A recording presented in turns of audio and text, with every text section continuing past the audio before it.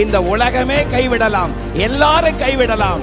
ஆனால் நாம் ஆராதிக்கிற தேவன், அவரால் கைவிட அவருக்கு தெரியாது. நாம் ஆராதிக்கிற இயேசு கிறிஸ்து வாக்குத்தத்தங்களில் உண்மை உள்ளவர். வாக்குத்தத்தங்களை நிறைவேறும் காலம் இது. நல்ல கரங்களை தட்டி அவர் சொன்ன வாக்குத்தத்தங்களை நிறைவேற்றுவார்.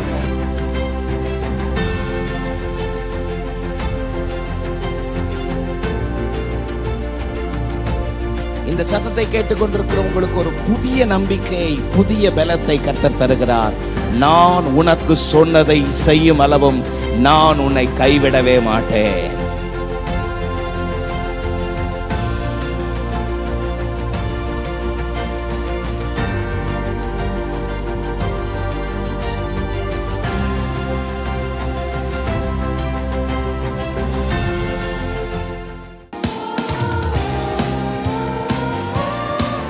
நல்ல கரங்களை தட்டி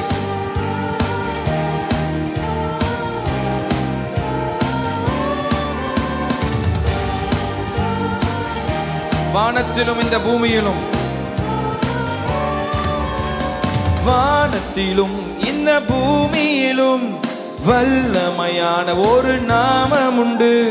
வானத்திலும் இந்த பூமியிலும் வல்லமையான ஒரு நாமம் உண்டு. மனுஷருக்குள்ளே வல்லமையான வேறொரு நாமம் இல்லை. பாடுவோம். மனுஷருக்குள்ளே வல்லமையான வேறொரு நாமம் இல்லை. அவர் நாமம் இயேசு கிறிஸ்து. அவர் நாமம் இயேசு கிறிஸ்து. அவர் நாமம் இயேசு கிறிஸ்து. அவர் நாமம் இயேசு கிறிஸ்து. வானத்திலும் இந்த பூமியிலும் வல்லமையான ஒரு நாமம் உண்டு. பாடுவோம். வானத்திலும் இந்த பூமியிலும். நிறைய பேர் பாடாம இருக்கீங்க பாருங்க, வாயை திறந்து. மனுஷருக்குள்ளே வல்லமையான வேறொரு நாமம் இல்லை. இந்த வார்த்தையெல்லாம் உச்சரித்து, மனுஷருக்குள்ளே வல்லமையான வேறொரு. நல்ல கரங்களை தட்டி அவர் நாமம். அவர் நாமம் இயேசு கிறிஸ்து. அவர் நாமம் இயேசு கிறிஸ்து. சபையார் உங்க சத்தம் உயரட்டும். அவர் நாமம் இயேசு கிறிஸ்து. அவர் நாமத்தில் மன்னிப்பு உண்டு. அவர் நாமத்தில் ரட்சிப்பு உண்டு. பாடுங்க. அவர் நாமத்தில் மன்னிப்பு உண்டு. அவர் நாமத்தில் ரட்சிப்பு உண்டு. நாம் ரட்சிக்கப்படுவதற்கென்று வேறே நாமம் நமக்கில்லையே. நாம் ரட்சிக்கப்படுவதற்கென்று வேறே நாமம். சத்தத்தை உயர்த்தி இந்த வார்த்தையை. நாம் ரட்சிக்கப்படுவதற்கென்று வேறே நாமம் நமக்கில்லையே. அவர் நாமம். அவர் நாமம் இயேசு கிறிஸ்து. நல்ல கரங்களை தட்டி. ஓ இயேசு கிறிஸ்து. அவர் நாமம் இயேசு கிறிஸ்து. அவர் நாமம் இயேசு கிறிஸ்து. வானத்திலும் இந்த பூமியிலும் வல்லமையான ஒரு நாமம் உண்டு. பாடுவோம். இயேசுவே. மனுஷருக்குள்ளே வல்லமையான வேறொரு நாமம் இல்லை.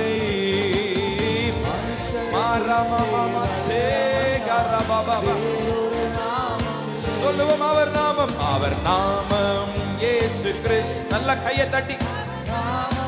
இயேசு கிறிஸ்து. அந்த வார்த்தையை சொல்ல சொல்ல அவர் நாமத்தில் அற்புதம் நடக்கும். தீமை ஆனாலும் நன்மையாய் மாறும். அவர் நாமத்தில் அற்புதம் நடக்கும்.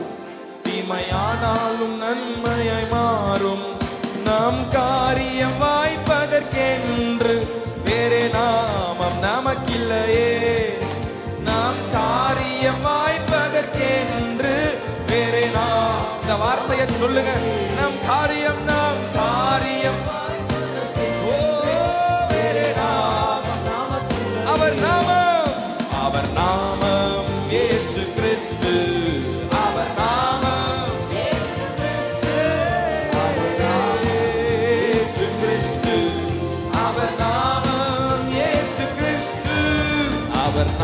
நாமத்தில் பேய்கள் ஓடும், எல்லா செய்வினை கட்டுகள் முறியும். அவர் நாமத்தில் பேய்கள் ஓடும், எல்லா செய்வினை கட்டுகள் முறியும். நாம் விடுதலை அடைவதற்கென்று வேறே நாமம் நமக்கில்லையே. நாம் விடுதலை அடைவதற்கென்று வேறே நாமம் நமக்கில்லையே. சொல்லுவோம், நாம் விடுதலை அடைவதற்கென்று நாமம் நமக்கில்லையே. அவர் நாமம் இயேசு கிறிஸ்து. அவர் நாமம் இயேசு கிறிஸ்து. அறிக்கை செய்வோம், மரமமசே இயேசு கிறிஸ்து. அவர் நாமம் இயேசு கிறிஸ்து. அவர் நாமம் இயேசு கிறிஸ்து. அவர் நாமத்தில் ஆரோக்கியம் உண்டு, கொடும் வியாதிகள் முடிவதில் உண்டு. அவர் நாமத்தில் ஆரோக்கியம் உண்டு, கொடும் வியாதிகள் முடிவதில் உண்டு. நாம் சுகமுடன் வாழ்வதற்கென்று ஜீசஸ் நாமம் நமக்கில்லையே. நாம் சுகமுடன் வாழ்வதற்கென்று வேறே நாமம் நமக்கில்லையே. அவர் நாமம் இயேசு கிறிஸ்து. உயர்த்துங்க, அவர் நாமம் இயேசு கிறிஸ்து. அவர் நாமம் இயேசு கிறிஸ்து. எல்லாரும் சேர்ந்து இயேசு கிறிஸ்து. அவர் நாமத்தில் வாசல்கள் திறக்கும், பெரும் பர்வதம் மெழுகு போல் உருகும். அவர் நாமத்தில் வாசல்கள் திறக்கும், பெரும் பர்வதம் மெழுகு போல் உருகும். நாம் முன்னேறி செல்வதற்கென்று வேறே நாமம் நமக்கில்லையே. நாம் முன்னேறி செல்வதற்கென்று வேறே நாமம் நமக்கில்லையே. அவர் நாமம் இயேசு கிறிஸ்து. அவர் நாமம் இயேசு கிறிஸ்து. அவர் நாமம் இயேசு கிறிஸ்து. அவர் நாமம் இயேசு கிறிஸ்து. அவர் நாமம் இயேசு கிறிஸ்து. அந்த நாமத்தை அறிக்கை பண்ண விடுதலை, அந்த நாமத்தை அறிக்கை பண்ண சுகம். தடைகள் உடைகிறது, வியாதிகள் மறைகிறது. அவர் நாமம் இயேசு கிறிஸ்து. அவர் நாமம் இயேசு கிறிஸ்து. அவர் நாமம் இயேசு. அந்த நாமத்தை சொல்ல இயேசு கிறிஸ்து.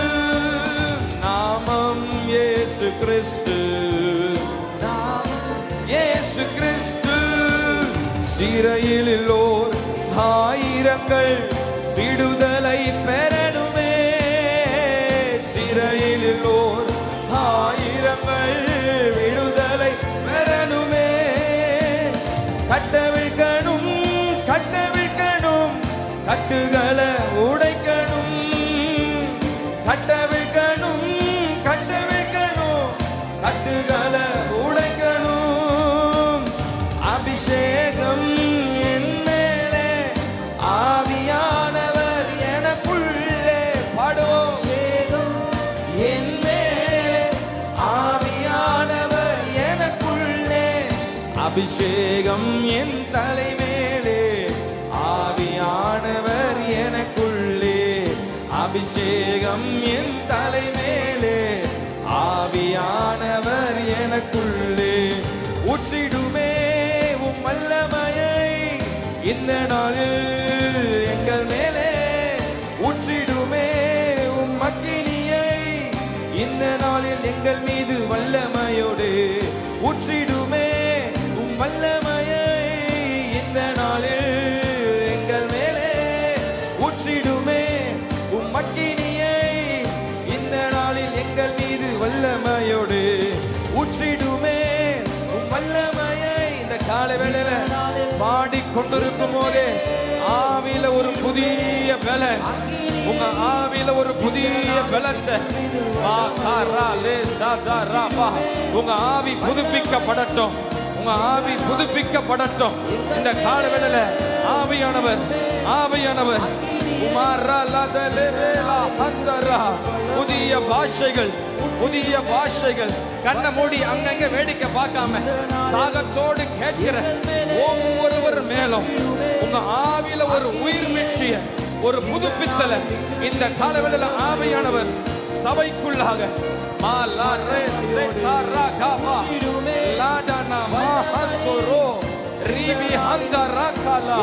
புதிய பாஷைகள், தரிசனங்கள், கண்கள் திறக்கப்படுகிறதற்காக ஸ்தோத்திரம். என் மீது வல்லமையோடு ஊற்றிடுமே, பெற்றுக்கொள்ளுவோ மாம்சமான யாவர் மேலும் என் ஆவியை ஊற்றுவேன் சொன்னீங்களே. உங்க ஆவியால சபையை நீர் அலங்கரிக்கிறதற்காக, பலப்படுத்துகிறதற்காக நல்ல வாய்களை திறந்து விட்டு கொடுத்து வல்லமையோடு நல்ல கரங்களை சட்டி ஹalleluya ஹalleluya. ஓ ரபமதலரகதலரா நல்ல வாய்களை திறந்து விட்டு கொடுத்து உன் ஆவியில ஒரு புதுப்பித்தல, ஒரு ரெஸ்டோரேஷன். ஓ ரஹந்த ரமா சேஹரபா துரமா கஞ்சலரனா ஆவியானவரோடு இணைந்து இணைந்து இன்னும் முன்னேறி செல்வதற்கு ஒரு விசேஷித்த தேவ வல்லமை, ஒரு விசேஷித்த தேவ பலத்தை இந்த காலவெளியில ஒவ்வொருவருக்கும் ஆவியானவர் கட்டளையிடுகிறார். நன்றி பலி, நன்றி பலி, நல்லவரே உமக்குதான் ஆனந்தம் ஆனந்தமே. அப்பாவும் திருப்பாதமே. ரெண்டு கரங்களை உயர்த்தி நன்றி பலி, நன்றி பலி சொல்லுங்க வாயை திறந்து. நல்லவரே உமக்குதான் ஆனந்தம் ஆனந்தமே. அப்பாவும் திருப்பாதமே. வாயை திறந்து ஆவியில மகிழ்ந்து சொல்வீங்களா? நன்றி பலி, நன்றி பலி, நல்லவரே உமக்குதான் ஆனந்தம் ஆனந்தமே. அப்பாவும் திருப்பாதமே. வாயை திறந்து சொல்லுங்க. ஆனந்தம் ஆனந்தமே. அப்பாவும் திருப்பாதமே. ஆனந்தம் ஆனந்தமே. அப்பாவும் திருப்பாதமே. இசையா ஸ்தோத்திரம். இசையா சேர்ந்து ஸ்தோத்திரம். இசையா ஸ்தோத்திரம். பாடுங்க, வாயை திறந்து சொல்லுங்க. இசையா ஸ்தோத்திரம். உம்மை நோக்கி பார்க்கின்றே, உம்மை நினைத்து துதிக்கின்றே. சொல்லுங்க. உம்மை நோக்கி பார்க்கின்றே,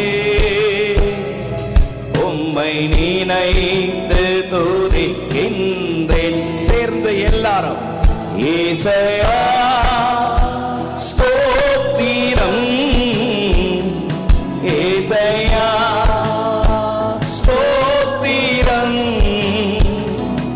இசையா ஸ்தோத்திரம். சத்தமா இசையா ஸ்தோத்திரம். உலகம் வெறுக்கையில் நீரோ அணைக்கிறீ. உலகம் வெறுக்கையில் நீரோ அணைக்கிறீர், உமது அணைப்பிலே உமது அணைப்பிலே அந்த வெறுப்பை மறக்கிறேன், அந்த வெறுப்பை மறக்கிறேன். ஏசையா ஸ்தோத்திரம், ஏசையா ஸ்தோத்திரம், ஏசையா. ஏக மனதோடு உமக்கு நன்றி ஆண்டவரே. ஏசையா ஸ்தோத்திரம். ஒரு முறை கூட சொல்லுங்க. ஏசையா ஸ்தோத்திரம், ஏசையா ஸ்தோத்திரம். சேர்ந்து பாடுங்க. ஏசையா ஸ்தோத்திரம். வாயை திறந்து ஏசையா, கண்களை மூடி ஸ்தோத்திரம். என்னை கைவிடாதீரும் நாதா, என்ன நிந்தை நேரிடினும் என்னை கைவிடாதீரும்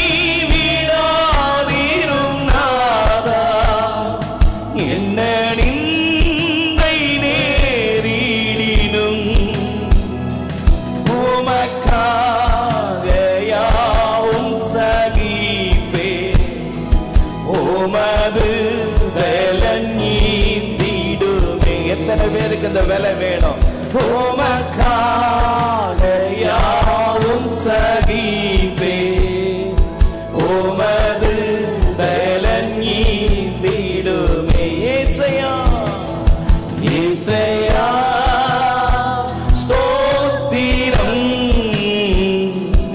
ஏசையா ஸ்தோத்திரம். எங்களோடு சேர்ந்து பாடுவீங்களா? ஏசையா ஏசையா ஸ்தோத்திரம். ஆமென். ஏசையா ஸ்தோத்திரம். ஒரு முறை கூட ஏசையா ஏசையா சொல்லுங்க. ஸ்தோத்திரம். அப்பா, நீங்க என் கூட இருக்கிறத ஏசையா நான் எப்படி அறிஞ்சு கொள்ள முடியும்? ஸ்தோத்திரம். எங்க சத்துருக்கள் மகிழ விடாமல் நீங்க எங்களோடு இருக்கிறத எனக்கு ஒரு அடையாளத்தை தாங்கப்பான்னு கேட்டானே. ஏசையா ஸ்தோத்திரம். சத்துரு தலை கவிழ்ந்தோட நித்தமும் கிரியை செய்திடும், சத்துரு தலை கவிழ்ந்தோட நித்தமும் கிரியை செய்திடும், என்னை தேற்றிடும் அடையாளம் இயேசுவே என்று காட்டிடுமே. என்னை தேற்றிடும் அடையாளம் இயேசுவே என்று காட்டி. கரங்களை எல்லாரும் சேர்ந்து அசைத்து ஆராதனை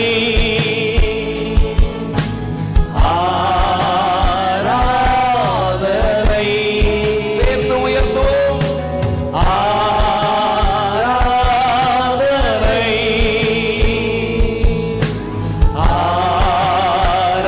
ஆராதனை உந்தன் நாமம் உயர்த்தி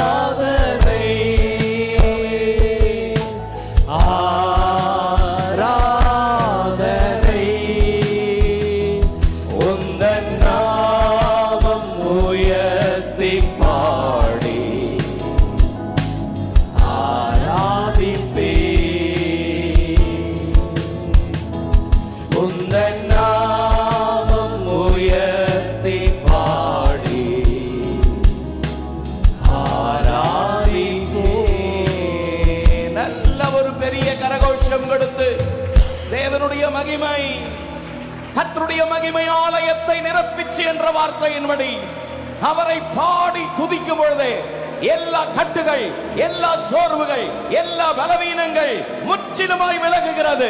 காரணம், இயேசு என்கிற நாமம் அத்தனை வல்லமை உள்ளது. இயேசு என்கிற நாமத்திற்கு முன்பதாக எந்த பலவீனங்கள், எந்த தடைகள் நிற்க முடியாது. ஆமென். என்னை பலப்படுத்துகிற கிறிஸ்துவினாலே எல்லாவற்றையும் செய்ய எனக்கு பலன் உண்டு. நல்ல கரங்களை தட்டி இந்த கால வேளையில் உங்களை பலப்படுத்துகிறவர் உங்களுக்குள் இருக்கிறார். உலகத்தில் இருக்கிறவனிலும் உங்களுக்குள் இருக்கிறவர் பெரியவர், பெரியவர், பெரியவர். தேசமே பயப்படாதே, மகிழ்ந்து கலிகூறு, கர்த்தர் பெரிய காரியங்களை செய்வார். எத்தனை பேர் விசுவாசிக்கிறீர்கள்? கர்த்தர் உங்களுக்கு பெரிய காரியங்களை செய்வார். ஆமென்.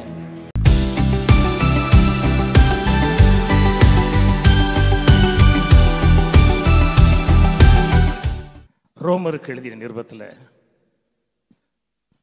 12வது அதிகாரத்தில் 2வது வசனம் இப்படி சொல்லுகிறது. நான் வாசிக்கிறேன்.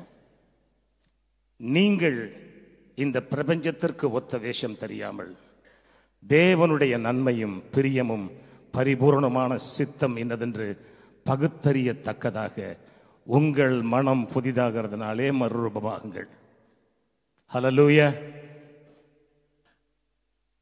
இந்த வசனம் நிறைய பேர் நம்ம படிச்சிருப்போம், பல முறை படிச்சிருப்போம். கர்த்தருடைய பிள்ளைகள், வேதத்தை தொடர்ந்து வாசிக்கிறவர்கள் நாம் பல முறை இந்த வார்த்தையை நாம் படித்திருக்கலாம். ஆனால் இதில் புதைந்திருக்கிற சில ஆவிக்குரிய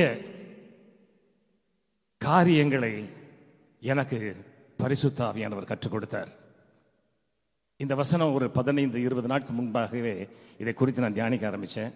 ஆனால் வீட்டில் இந்த கிறிஸ்துமஸ் ஆரம்பித்ததிலிருந்து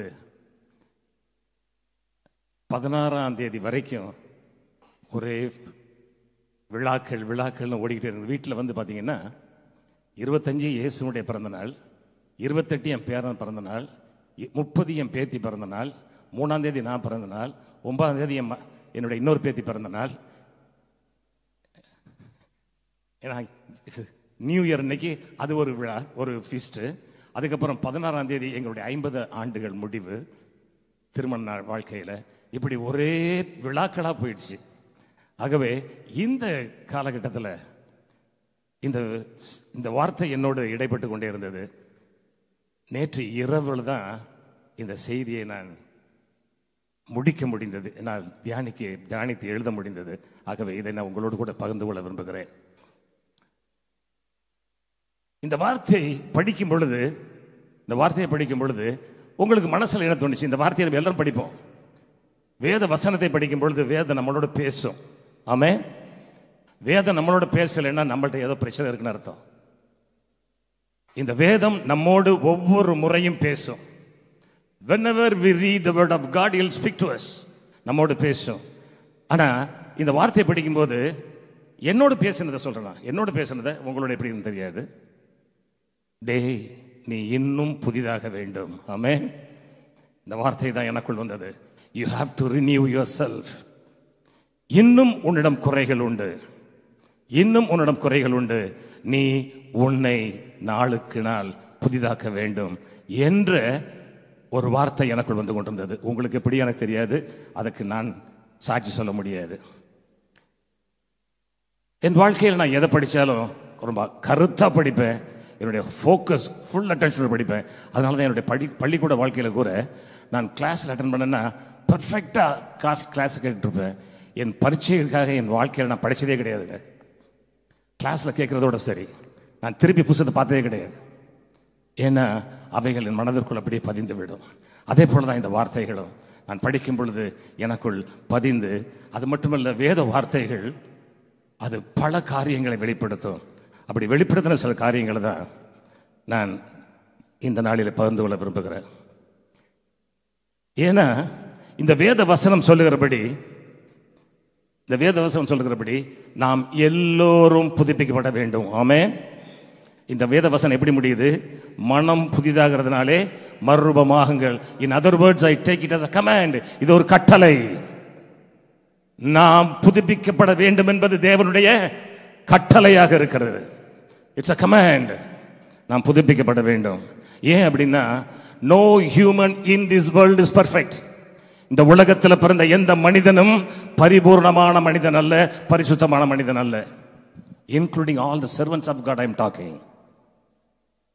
ஏன்னா கத்தோலிக்க திருச்சபையில் சொல்லுவாங்க போப் இஸ் இன்ஃபாலியபிள் அப்படின்ட்டு. போப் அப்படின்னு அர்த்தம் தெரியுமா? போப் பாவம் செய்ய முடியாதவர்னு சொல்லுவாங்க, பொய்.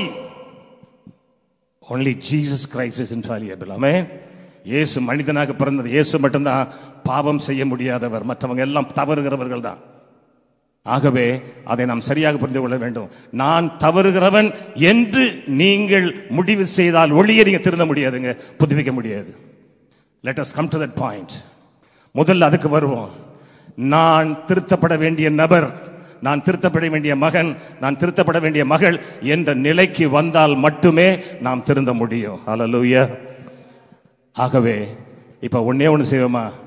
I need to change. நான் மாற வேண்டும். சொல்லுங்க பார்க்கலாம். நான் மாற வேண்டும். ஹல்லேலூயா.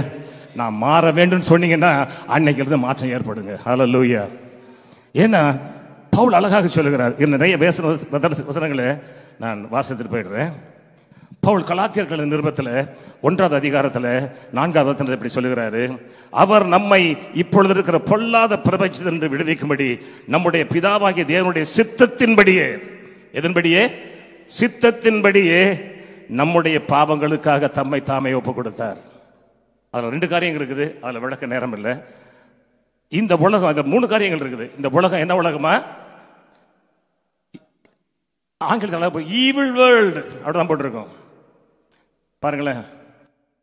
He gave himself for our sins that he might deliver us from this present evil world according to the will of God and our Father. பாருங்களேன், இந்த உலகம் 2000 வருஷம் முன்னாடி எழுதுறாருங்க. பவுல் எழுதுறாரு. 2000 வருஷம் முன்னாடி எழுதுறாரு பொல்லாத உலகம், பாவம் நிறைந்த உலகம் எழுதுறாரு. அந்த காலத்தில் செல்போன் கிடையாது, அந்த காலத்தில் டிவி கிடையாது, அந்த காலத்தில் ரேடியோ கிடையாது, அந்த காலத்தில் நியூஸ் பேப்பர் கிடையாது, அந்த காலத்தில் இதே போல பொர்னோகிராஃபிலாம் கிடையாது, அந்த காலத்தில் எந்த களியாட்டங்கள் கிடையாத காலத்திலேயே எழுதியிருக்காருன்னா இன்னைக்கு நம்ம எவ்வளவு தூரம் பாதிக்கப்பட்டிருப்போம் யோசிச்சு பாருங்களேன். அன்று இருந்த உலகத்தை விட இன்று 1000 மடங்கு பொல்லாத உலகம். ஆமென். அன்று இருந்த உலகத்தை விட நான் சொல்றேன் 1000 மடங்கு பொல்லாத உலகத்தில் இருக்கிறோம். அப்படி இருக்கும் பொழுது நாம எப்படி இருக்கணும்? ரொம்ப கேர்ஃபுல்லா இருக்கணும் இல்லையா? காரணம் கையில எல்லாம் சொல்றாங்க கையில உலகம் வந்துருச்சுன்னு. கையில உலகம் மட்டும் வரலங்க, கையில பாவம் வந்துருச்சு. ஆமென். எல்லா கிரமமும் இருக்குது செல்போன்ல. இன்னைக்கு இளைஞர்கள், ஏன் இளைஞர்கள் மட்டுமல்ல, எல்லாருமே கொஞ்ச நேரத்தை அப்படி பாஸ் பண்ணணும்னு போயிடுறாங்க. சாரி. ஏன்னா நீங்க உங்க கணவனுக்கு மறைக்கலாம், மனைவிக்கு மறைக்கலாம், பிள்ளைகளுக்கு மறைக்கலாம், பெற்றோருக்கு மறைக்கலாம், ஆனா ஆண்டவருக்கு மறைக்கவே முடியாது. பி கேர்ஃபுல் சொல்ல விரும்புகிறேன். ஆகவே தான் சொல்றேன், மனம் புதிதாகிறதுனாலே மர்வமாகுங்கள். இந்த உலகத்தில் நமக்கு அது மட்டுமல்ல, இந்த வசனத்தை நிறைய பேர் நம்ம தவறாவே தியானிச்சுக்கிட்டு இருக்கிறோம். ஏது தெரியுமா? 1 கொரிந்தியர் 10வது அதிகாரம் 12-13 வசனங்களை நான் வாசிக்கிறேன். இப்படி இருக்க தன்னை நிற்கிறவன் என்று எண்ணுகிறவன் விழாதபடிக்கு எச்சரிக்கையா இருக்க கடவன். ஏன் நான் சொல்றாரு, மனுஷருக்கு நேரிடுகிற சோதனையை அல்லாமல் வேறே சோதனை உங்களுக்கு நேரிடவில்லை. தேவன் உண்மையுள்ளவராக இருக்கிறார்.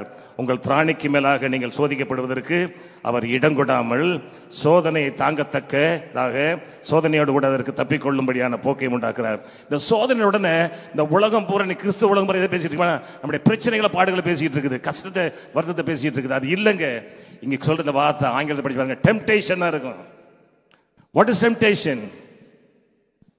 நமக்கு வருகிற பிரச்சனைகள் வந்து ட்ரையல்ஸ் இருக்கணும், ட்ரபிள்ஸ் இருக்கணும், ட்ரிபுலேஷன் இருக்கணும். அப்படி இல்லை, டெம்ப்டேஷன் இருக்குது. அப்படின்னு அர்த்தம் என்னங்க? நமக்கு இந்த உலகத்தில் எப்பவும் சோதனை உண்டு. ஆமென். யாரால சோதனை உண்டு? உலகம் சோதனை கொடுக்கும், மாம்சம் சோதனை கொடுக்கும், சாத்தான் சோதனை கொடுப்பான். இந்த 3 சோதனையும் ஒவ்வொரு கிறிஸ்தவர்களுக்கும் உண்டு. இதை தப்பிச்சு யாருமே போக முடியாதுங்க. அது நீங்களா இருக்கலாம், நானா இருக்கலாம். No one can escape from these 3. உலகம், மாமிசம், பிசாசு, இவைகளிலிருந்து தப்பிக்க ஒரே வழிதான் இந்த வசனம் காட்டுதுங்க. ஹல்லேலூயா. அதுக்கு தான் நான் வரேன். ஹல்லேலூயா. ஏன்னா இந்த உலகம் இதில் என்ன சொல்றாருன்னா டெம்டேஷன். ஆனால் அதே நேரத்தில் சொல்றார் ஆண்டவர், ஐ வில் ஹெல்ப் யூ. உனக்கு டெம்டேஷன் வரும், ஆனால் நான் உனக்கு உதவி செய்வேன். காரணம், அந்த டெம்டேஷன் உன்னை விழுங்காம நான் உன்னை பாதுகாத்துக் கொள்வேன். ஆகவே we need to do two things. நம்ம ரெண்டு காரியங்களை செய்யணும். ஒன்று, ஆண்டவரை எப்பொழுதும் பற்றி கொள்ளணும். ரெண்டாவது, அவருடைய வார்த்தையை ஒழுங்கா தியானிக்கணும். ஆமென். இந்த வார்த்தை உள்ள போக போக போகத்தான் உலகம் வெளியே போய்கிட்டே இருக்குங்க. ஹல்லேலூயா. ஏன்னா எழுதி வச்சிருக்காரு பாருங்க, யாராவது ஒரு சொன்னீங்கன்னா ஐ டோன்ட் நீட் சேஞ்ச் அப்படின்னா அது யார் சொல்ல முடியுங்க? ஐ டோன்ட் நீட் சேஞ்சுன்னு, எனக்கு மாற்றம் தேவையில்லை, நான் பரிபூர்ணம் அடைந்து விட்டேன் யார் சொல்ல முடியுங்க? ஒரே ஒருத்தன் தான் சொல்லுவான். யார் சொல்லுவா? நான் பெர்ஃபெக்ட் அப்படின்ட்டு சாத்தான் தான் சொல்லுவான். ஏன்னா வேதத்தில் அழகாக எழுதி வச்சிருக்காரு பாருங்க, 2 தெசலோனிக்கேயர் 2ஆம் அதிகாரம் 3ஆவது வசனம் சொல்லுது, எவ்விதத்தினாலும் ஒருவனும் உங்களை மோசம் போகாதபடிக்கு எச்சரிக்கையாயிருங்கள். ஏனெனில் விசுவாச துரோகம் முந்தி நேரிட்டு கேட்டின் மகனாகிய பாவ மனுஷன் வெளிப்பட்டால் ஒழிய அந்த நாள் வராது. கேட்டின் மகன், சன் ஆஃப் பெர்டிஷன், அவன் ஒருத்தன் தான் சொல்ல முடியும், அந்தி கிறிஸ்து மட்டும் தான் சொல்ல முடியும் I am a perfect man. இல்லைன்னா no one can say in this world I am perfect. ஆகவே ஜாக்கிரதையா இருந்துக்கிறோம். எங்க பெரியப்பா ஒரு கதை சொல்லுவாங்க. சின்ன வயசு, நாங்கள் 10 வயசுல இருக்கும்போது, எங்க ஊர், நான் தூத்துக்குடியை சேர்ந்தவன், எங்க ஊர்ல பொல்லாத ஆட்கள் நிறைய பேர் இருக்கிறாங்க. அதாவது அந்த காலத்தில் ரவுடிகள் நிறைந்த ஊர்னா தூத்துக்குடி தான். டெய்லி கொலை விடுவாங்க, டெய்லி எங்க மர்டர் இருக்கும். அப்ப எங்க பெரியப்பா சொல்லுவாங்க, தூத்துக்குடியிலிருந்து யாரையும் நரகத்துக்கு அனுப்பாதீங்கப்பான்னு லூசிஃபர் ஜெபிப்பானா யாரு? அனுப்பாதீங்கப்பா, இவனுக்கு பொல்லாதவங்களா இருக்கிறாங்க. எங்க பெரியப்பா இன்னொரு வார்த்தை சேர்த்து சொல்லுவாங்க, எப்படின்னா லூசிஃபர் பொண்டாட்டியை கூட்டிட்டு ஓடி போயிருவாங்க. அவ்வளவு கொடிய பாவம் நிறைந்த மக்கள் இருக்கிறார்கள் என்பதை எங்க பெரியப்பா விளையாட்டா சொல்லுவாங்க. எதுக்கு சொல்றேன்னா, இன்னைக்கு அதே போல சாத்தானே பார்த்து பயப்படுற உலகத்துக்குள்ள நம்ம இருக்கிறோங்க. ஆமா, அவனுக்கே தெரியாது. அவனுக்கே எப்படின்னா சில காரியங்களை ஏமாத்த தெரியும். ஆனா இன்னைக்கு மனுஷன் எப்படிலாம் ஏமாத்திக்கிட்டு இருக்கான் பாருங்களேன். இன்னைக்கு சைபர் கிரைம்னு எவ்வளவு நம்மளை பாழாக்கிக்கிட்டு இருக்குது. எல்லாரும் பயப்படுறாங்க. போன்ல இருந்து யாராவது, அதாவது அன்னோன் நம்பர் வந்துருச்சுன்னா போன் எடுக்க பயப்படுறாங்க, பணம் போயிடுமோன்னு. அந்த அளவுக்கு இந்த உலகம் கேட்டிருக்குது. ஆகவே நாம் என்ன செய்ய வேண்டும்னா, முதல்ல ரட்சிக்கப்பட்ட விசுவாசிகள் நம்ம எப்படி மாறணும்னு சொல்றாரு. அந்த மறுரூபங்கள், அதாவது மனம் புதிதாகிறதுனாலே மறுரூபமாகுங்கள். எப்படி மறுரூபமாகணுமா? தேவனுடைய நன்மையும் பிரியமும் பரிபூர்ணமான சித்தம் என்னதென்று பகுத்தறியத்தக்கதாக உங்கள் மனம் புதிதாகிறதுனாலே.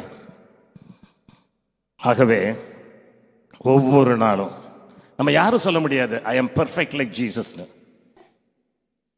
நான் இயேசுவை போல பரிபூர்ணம் அடைஞ்சு விட்டேன்னு யாராலையும் சொல்ல முடியாதுங்க.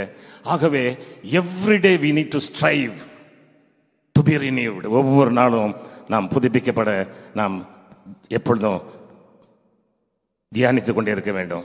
ஒன்று சொல்ல விரும்புகிறேன், no education can transform you, no coaching center can transform you, no training centers, correctional centers transform பண்ண முடியாதுங்க. ஒரே ஒரு இடம் உங்களை டிரான்ஸ்ஃபார் பண்றது இந்த பரிசுத்த வார்த்தைகள். ஹல்லேலூயா. தேவனுடைய நன்மையும் பிரியமும் அவருடைய சித்தத்தை அறிந்து கொள்ளணும்னா வேற எங்கேயும் போக வேண்டாம், அவருடைய வேத வார்த்தைக்குள்ள வாங்க.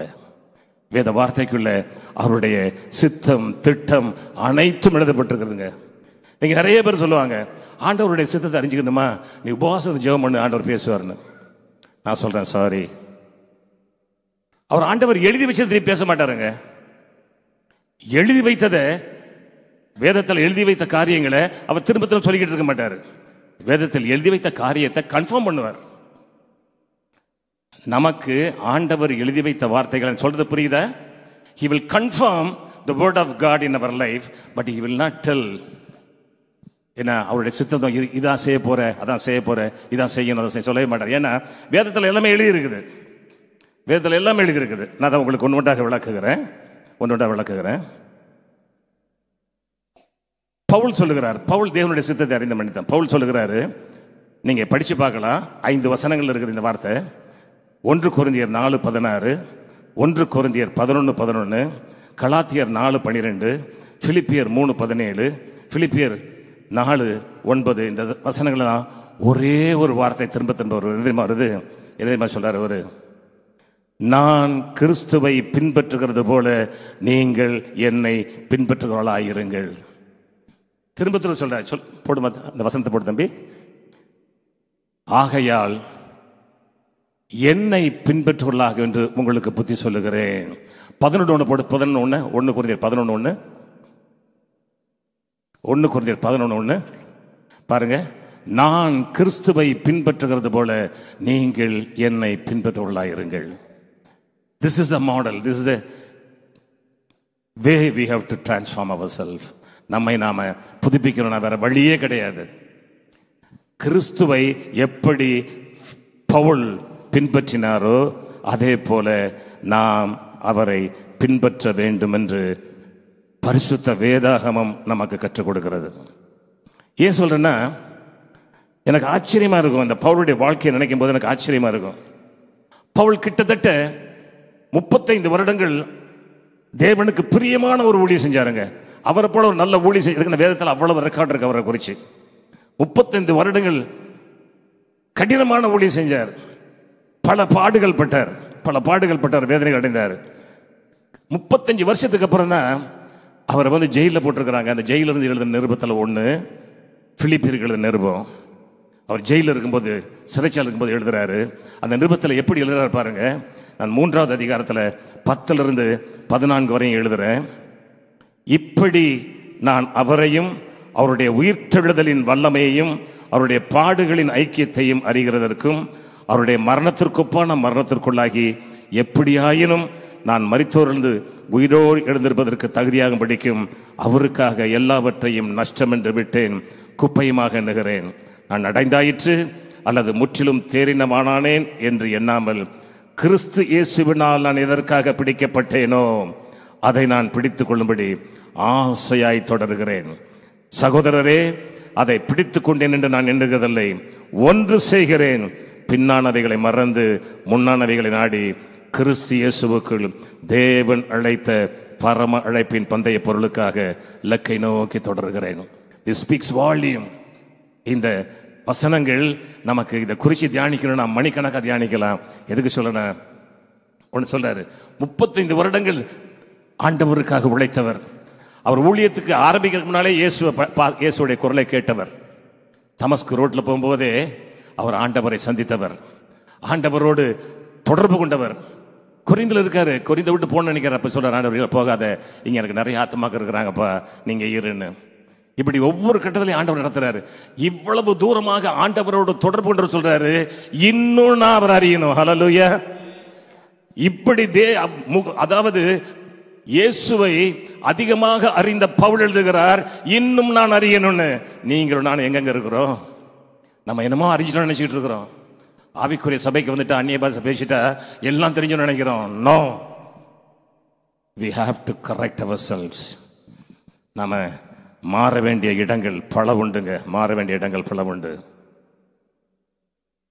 அவர் என்ன சொல்றாரு? கிறிஸ்துவை போல ஆங்கள். அது மட்டும் இல்ல, அவர் எழுத சொல்றாரு, எங்களுக்கோ கிறிஸ்துவின் சிந்தை உண்டாயிருக்கிறது. கிறிஸ்துவின் சிந்தை உங்களுக்கு வேண்டும் அப்படின்னு சொல்றாரு. கிறிஸ்துவின் சிந்தை என்னங்க?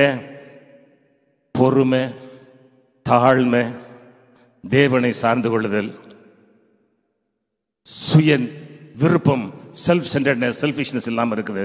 perseverance, reliance on God, to be happy always, humility, selfishness.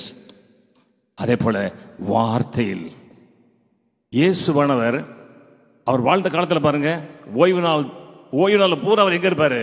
தேவாலயத்தில் இருப்பாரு, ஜெபக்கூடத்தில் இருப்பாருங்க. அவருக்கு வேதம் கற்றுக் கொடுக்கணுமா? அவரே வேதம். அவர் ஜெபிக்கணுமா? இரவெல்லாம் ஜெபிக்கிறாரு. இப்படி இயேசு நமக்கு மாடலா இருக்கும்போது நம்ம அவரை பின்பற்றுறோமா? மறுரூபமாக ஆசைப்படுறோம், ஆனா அவரை ஃபாலோ பண்ணுமேங்க, அவரை ஃபாலோ பண்ணுமே.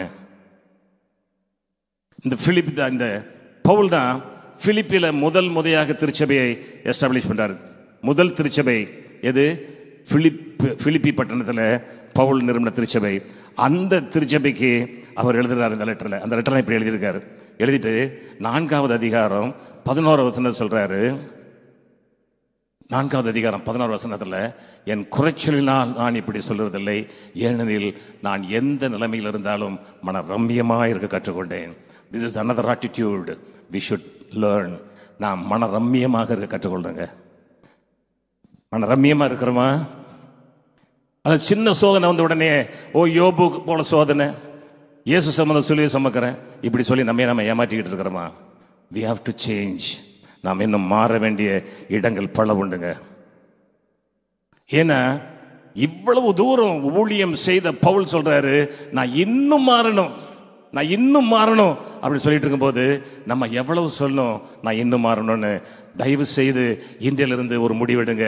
ஒவ்வொரு நாளும் உங்களுக்கு சொல்லுங்க, நான் இன்னும் கிறிஸ்துவை போல் மாறணும். ஹல்லேலூயா. நீங்க மாறணும்னு முடிவெடுத்துருங்களேன், ஆண்டவர் உங்களுக்கு எல்லா உதவியும் செய்வார். நம்ம என்னத்துக்கு ஓடிக்கிட்டு இருக்கிறோம்? இன்னைக்கு ஆண்டவர் நமக்கு எதுக்கு தேவை? நான் பணம் சம்பாதிக்கணும், நான் நல்ல ஒரு வீடு வாங்கணும், நல்ல ஒரு கார் வாங்கணும், எல்லா வசதியோடு இருக்கணும், என் பிள்ளைகள் நல்லா படிக்கணும். இதுக்கு ஆண்டவர் உதவி வேணும். இன்னைக்கு கிறிஸ்தவ உலகம் இப்படி தான் ஏமாந்து போய்கிட்டு இருக்குதுங்க. இன்னைக்கு கிறிஸ்தவ உலகம் போகிற வழியே எக்ஸாக்ட்லி த ஆப்போசிட் வே. அதாவது இயேசு எப்படி நாம் போக வேண்டும் என்று விரும்புகிறாரோ அதை விட்டு எதிர் திசையில் போய்கிட்டு இருக்கிறோம். மறுவாகணும். we have to renew our mind. இந்த பவுலுடைய பாடுகளை கொஞ்சம் படிக்கலாமே. இந்த பவுலுடைய பாடுகளை நம்ம யோசித்து பாருங்க. பவுலுடைய பாடுகளை நான் கொஞ்சம் படிக்கிறேன். அவருடைய பாருங்களேன். 2 கொரிந்தியர் 11வது அதிகாரம் 23-27 வசனம் வரை படிக்கிறேன். அவர்கள் கிறிஸ்துவின் ஊழியக்காரரா? நான் அதிகம் புத்தியீனமாக பேசுகிறேன். நான் அதிகமாக பிரயாசப்பட்டவன், அதிகமாக அடிபட்டவன், அதிகமாய் காவலில் வைக்கப்பட்டவன், அநேக தரம் மரண அவதியில் அகப்பட்டவன், யூதர்களால் 1 குறைய 40 அடியாக 5 தரம் அடிபட்டவன், 3 தரம் மிளாறுகளால் அடிபட்டேன், 1 தரம் கல்லறி உண்டேன், 3 தரம் கப்பல் சேதத்தில் இருந்தேன், கடலிலே ஒரு ராப்பகல் முழுதும் போக்கினேன், அநேக தரம் பிரயாணம் பண்ணினேன், ஆறுகளால் வந்த மோசங்களிலும் கலரால் வந்த மோசங்களிலும் என் சுய ஜனங்களால் வந்த மோசங்களிலும் அந்நிய ஜனங்களால் வந்த மோசங்களிலும் பட்டணங்களில் உண்டான மோசங்களிலும் வனாந்தரத்தில் உண்டான மோசங்களிலும் சமுத்திரத்தில் உண்டான மோசங்களிலும் கள்ள சகோதரிடத்தில் உண்டான மோசங்களிலும் பிரயாசத்திலும் வருத்தத்திலும் அநேக முறை கண் விழிப்புகளிலும் பசியிலும் தாகத்திலும் அநேக முறை உபாசங்களிலும் குளிரிலும் நிர்வாணத்திலும் இருந்தேன். நம்ம யாரா சொல்ல முடியுமா இந்த ஸ்டேட்மெண்ட்டை? ஒன்று கூட பட்டிருக்க மாட்டோம். ஆனால் நான் கிறிஸ்தவன் சொல்லிக்கிட்டு இருக்கிறோம். இதை விட அதிகமான அடுத்த வசனம் சொல்லுது பாருங்களேன். இவை முதலானவைகள் அல்லாமல் எல்லா சபைகளை குறித்தும் உண்டாயிருக்கிற கவலை என்னை நாள்தோறும் இருக்குகிறது. This is the mind of Christ. This is the mind of Christ. நான் ஆடம்பரமாக இருக்க வேண்டும் என்பது கிறிஸ்துவின் சிந்தனை அல்ல. அது மறுரூப சிந்தனை அல்ல. நான் கிறிஸ்துவை போல வாழ வேண்டும். கிறிஸ்து என்ன பாடுகள் பட்டாரோ நான் பட வேண்டும் அப்படி நினைச்சீங்கன்னா அது கிறிஸ்துவின் சிந்தையாக மாறும். ஓகே. ஏன்னா வேதத்தில் இந்த பவுல் ஒரு படித்த மேதை, நமக்கு எல்லாரும் தெரியும். ஏன்னா அவர் சொல்றாரு, கமாலியலுடைய பாதத்தடையில் உட்காந்து படித்தேன் அப்படின்னு. வேதத்தை கற்றறிந்த மனிதன். ஒரு பரிசையனா இருக்கணும். நான் பரிசையனா இருக்கணும்னா 5 ஆகமங்கள், முதல் 5 ஆகமம் இருக்கு இல்லையா? ஆதி ஆகமம், யாத்திராகமம், லேவியர் ஆகமம், என்னாகும், பாகமம், இது மனப்படமா தெரியணும். இது போக வேறு எபிரேய புஸ்தகம் உண்டு. ஏன்னா அந்த புஸ்தகங்களை மனப்பாடம் பண்ணியிருக்கணும். ஆகவே அந்த காலத்தில் கமாலியல் ஒரு வேத விற்பனர், மேதை, கனம் பெற்றவர். அவர்கிட்ட இவர் படித்தவர். அவ்வளவு படித்த மேதை. அவர் இயேசுவை ஏற்றுக்கொண்டு போகிறேன் என்ன தெரியுமா சொல்கிறாருங்க? தமிழில் அது ஒழுங்கா இல்லை. ஆங்கில பைபிள் நீங்கள் படித்து பார்த்தீங்கன்னா நான் சொல்கிறத எழுதி வச்சுக்கிறேங்க. ரோமர் 1:1, பிலிப்பியர் 1:1, தீத்து 1:1, கலாத்தியர் 1:10, பிலமோன் 1:1. இதில் நிறைய எழுதுறாருங்க, I am a bond servant of Christ. இதில் இந்த டிரான்ஸ்லேஷன் சரியில்லை, நான் படிக்கிறேன் ஆங்கிலத்தில். நியூ லிவிங் டிரான்ஸ்லேஷனில், this letter is from Paul, a slave of Christ Jesus. New King James வெர்ஷனில் படிக்கிறேன், Paul and Timothy bond servants of Jesus Christ. அதே மாதிரி இதில் அது வந்து பிலிப்பியன் 1:1, டைட்டஸ் 1:1 படிக்கிறேன், Paul a bond servant of God and apostle of Jesus Christ. கலாத்தியர்கள் 1:10 படிக்கிறேன், for I do no persuade men or God, do I seek to please men, but still I would not be a bond servant of Christ எழுதுறாரு 1:10. பிலோமோன் எழுதுறாரு a prisoner of Christ. எதுக்கு சொல்ல வரேன்னா, ஒரு மேதை அப்படின்னு எழுதல, I am a reverend, I am a bishop, I am a cardinal, I am a pope, I am a doctor, இதெல்லாம் எழுதல. அடிமைங்கிற பாண்ட் சொன்ன அர்த்தம் தெரியுமா? அடிமை என்ன அர்த்தம்னா, எனக்கென்று ஒரு சிந்தனை கிடையாது, எனக்கென்று ஒன்றும் கிடையாது. ஐ ஆம் a slave of Jesus. மறுரூப சிந்தனைங்க அது. Do we have இந்த மறுரூப சிந்தனை நமக்கு இருக்குதா? மறுரூப சிந்தனை. என்னுடைய பேச்சு கொஞ்சம் கடினமா இருக்குதா? வேதம் சொல்லிட்டு இருக்கிறேங்க, வேதம் சொல்லுகிறதை சொல்லி கொண்டிருக்கிறேன். இதுதான் உண்மையான கிறிஸ்தவம். இதை விட்டு எங்கேயோ போயிட்டோம். இன்னைக்கு வெஸ்டர்ன் கிறிஸ்டியானிட்டிக்கு போயிட்டோம். நம்ம தயவு செய்து மனம் திரும்புவோம், தயவு செய்து மனம் திரும்புவோம். ஏன்னா சரி, இப்போ கொஞ்சம் அதை விட்டு வெளியே வரலாம். தேவ சித்தம்னா என்னங்க? அதாவது தேவ சித்தம் இன்னதென்று அறிந்து கொள்ள மனம் புதிதாக மறுரூபவாங்கன்னு சொல்றாரு. What is the will of God? What is the will of God? இந்த தேவனுடைய சித்தம் என்று எடுக்கும் பொழுது நான் அதை 4 வகையாக வேதத்தில் பார்த்தேன். அதாவது பொதுவான அவருடைய சித்தம் ஒன்று இருக்குது, பொதுவான ஒரு சித்தம், ஸ்பெசிபிக் வில் ஆஃப் காட். அதாவது ஒவ்வொருத்தரை குறிச்சும் பிரத்யேகமான ஒரு விசுவாசம், ஒரு சித்தம் இருக்குது. பர்ஃபெக்ட் வில் ஆஃப் காட், அவருடைய பரிபூர்ண சித்தம் என்று ஒன்று இருக்கிறது. அடுத்தது பெர்மிசிவ் வில் ஆஃப் காட், அதாவது அனுமதிக்கப்பட்ட சித்தம். இந்த 4 வேதத்தில் இருக்குது.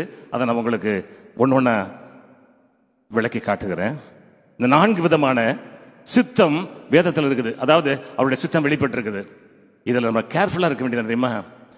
அந்த பெர்மிசிவ் வில், அதில் கொஞ்சம் கேர்ஃபுல்லாக இருக்கணும். நமக்கு தெரியும் ஜெனரல் வில் ஆஃப் காட் எதுங்க? பொதுவான சித்தம். நீங்கள் 1 தெசலோனிக்கர் 4:3 எடுத்தீங்கன்னா படிக்கலாம், நீங்கள் பரிசுத்தமுள்ளவர்களாக வேண்டும் என்பதே தேவனுடைய சித்தமாக இருக்கிறது. we have to be holy, we have to be sanctified. எல்லாரும் பரிசுத்தமாக இருக்க வேண்டியது தேவனுடைய சித்தம். இது வந்து பரிபூர்ண ஜெனரல் வில் ஆஃப் காட், பொதுவான சித்தம். அதே போல 1 தீமோத்தேயு 2:4 போடுங்க. 1 தீமோத்தேயு 2:4 படிக்கிறேன்.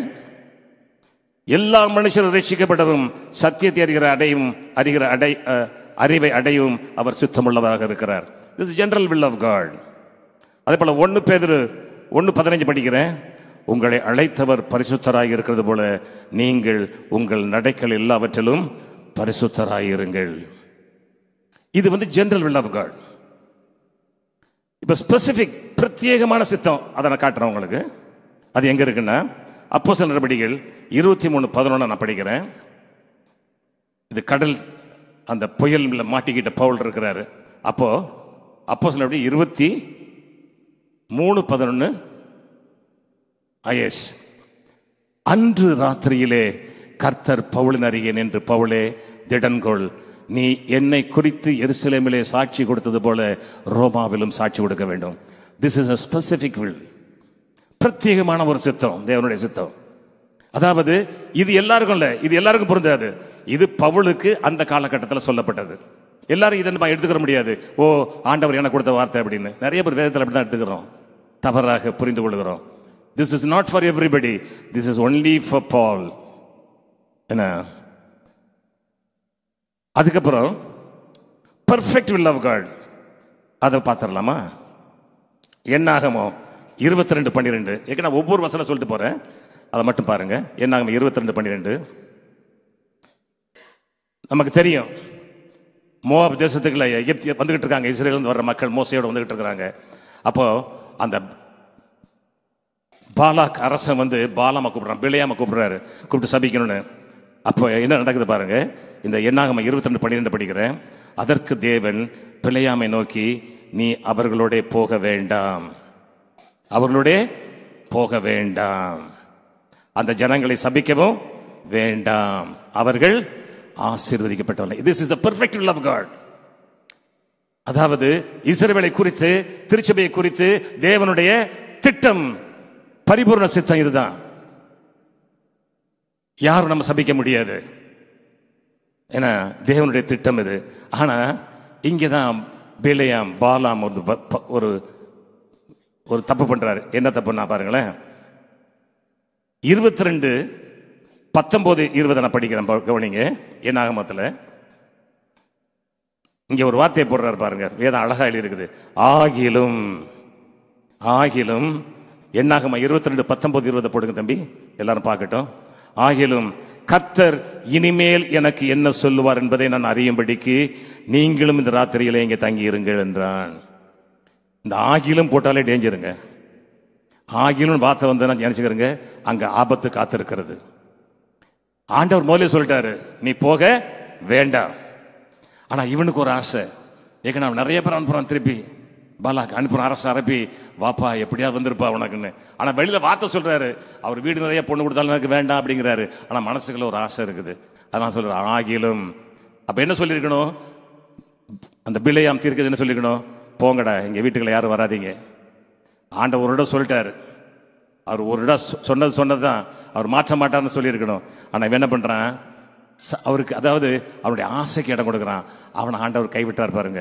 என்ன பண்றாரு, ராத்திரியிலே தேவன் பிலேயாம் இடத்தில் வந்து, அந்த மனிதர் உன்னை கூப்பிட்டு வந்திருந்தார், நீ எழுந்து அவர்களோடு போன்னு சொல்றாரு. அங்க அவரு சொல்றாரு, ஆனாலும் நான் உனக்கு சொல்லும் வார்த்தையின்படி மாத்திரமே செய்ய வேண்டும் என்றார். இதுல என்ன நடக்குதுன்னாங்க, என்ன நடக்குது, அவனை தேவ தூதன் கொல்ல பார்க்கிறாரு. கழுத அவனுக்கு புத்தி சொல்லுது.